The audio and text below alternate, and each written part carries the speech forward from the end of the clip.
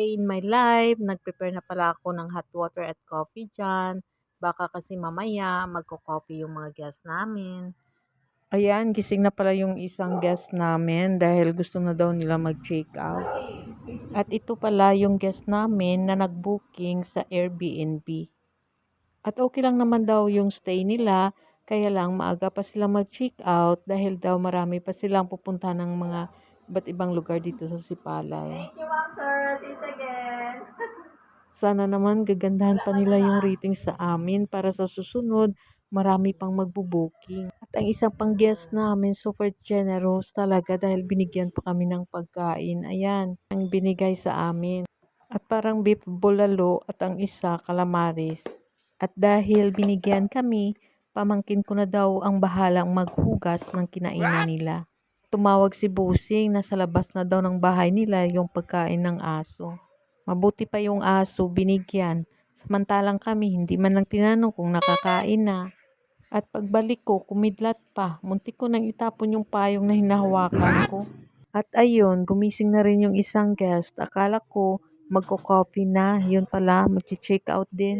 At ayan, may kinoment pa yung isang guest. Sabi niya daw, yung water hindi maganda. At ang sabi ko, paanda rin nila muna within 3 minutes bago nila gamitin. Mabuti na lang, hindi sila yung nagbubook sa Airbnb.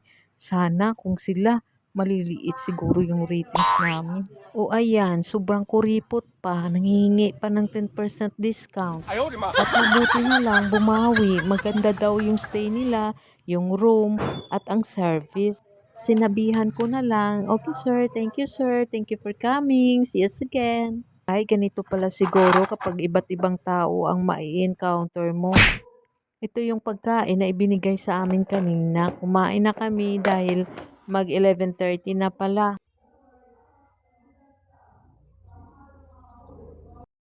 At ayan mga kasay, pagbalik nila ulit galing labas, binigyan ulit kami ng pizza. Wow Oh, naman! wow!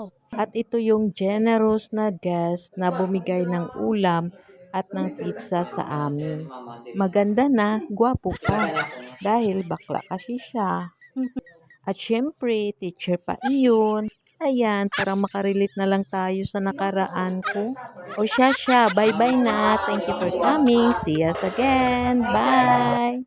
O ayan, dahil mag 1 o'clock na, mag-snack muna tayo ng pizza. Ayan, snack time tayo mga kasay.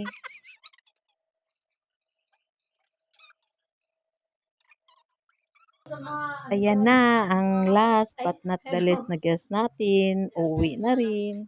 At ito naman, dahil kulang yung cash na ibabayad, at ang sabi niya, i-gcash na lang daw yung iba. Okay, fine, whatsoever, basta hindi chicken. At ayan, hanggang sa muli, bye-bye and God bless mga kasay.